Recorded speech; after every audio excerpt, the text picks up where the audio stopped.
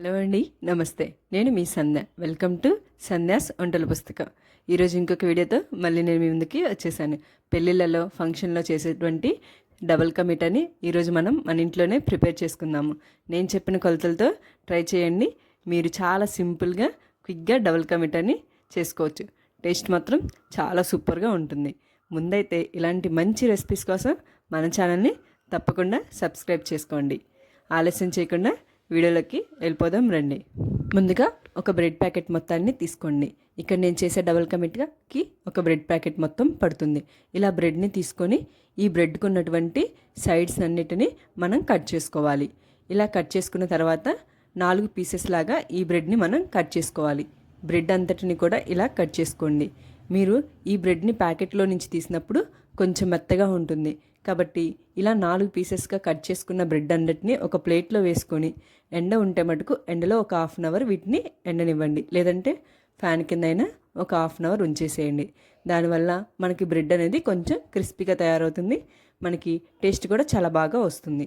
ఇలా చేసుకున్న తర్వాత డీప్ ఫ్రైకి సరిపడా ఆయిల్ పెట్టుకొని ఇది బాగా అయిన తర్వాత బ్రెడ్ ముక్కలన్నిటిని ఇందులోకి సరిపడిన మోయినంగా వేసుకొని వీటన్నిటిని మనం గోల్డెన్ కలర్కి చేంజ్ అయ్యే విధంగా ఇలా కలదిప్పుకుంటూ మనం ఫ్రై చేసుకోవాలి.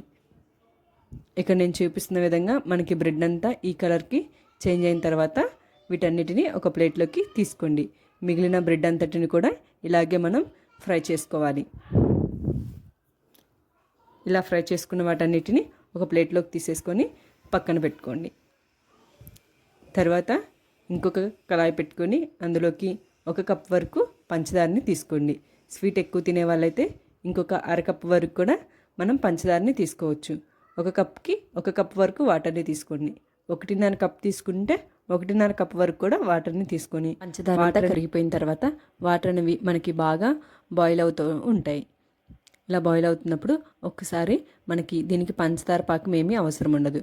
కొంచెం జిగడగా తగిలితే సరిపోతుంది. అలా మీకు జిగడగా అనిపించినప్పుడు మనం వేపి పెట్టుకున్నటువంటి ఈ బ్రెడ్ ముక్కల్ని ఇందులోకి యాడ్ చేసుకోండి.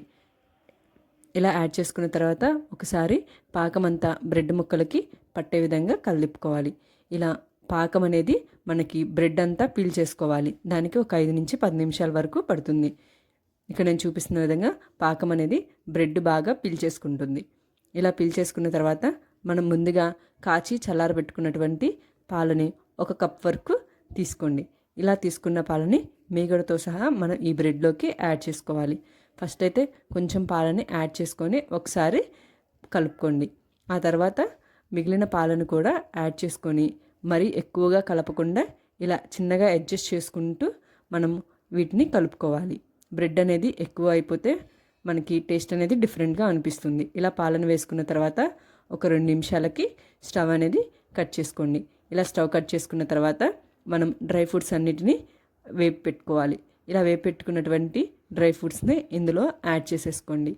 స్వీట్ తినాలనిపించినప్పుడు ఇలాగా మనమే ఇంట్లో డబల్ కా మీఠాని హాఫ్ అన్ అవర్లో ప్రిపేర్ చేసుకొని తినేయచ్చు. మీరు కూడా ఈ డబల్ కా మీఠాని ట్రై చేసి ఎలా ఉందో నాకు కామెంట్ చేయండి. అలాగే మీకు కనుక నచ్చినట్లయితే మీ ఫ్రెండ్స్ అండ్ ఫ్యామిలీ మెంబర్స్కి ఈ వీడియోని షేర్ చేయండి. అలాగే లైక్ చేయటం మాత్రం మర్చిపోవద్దు. Thank you.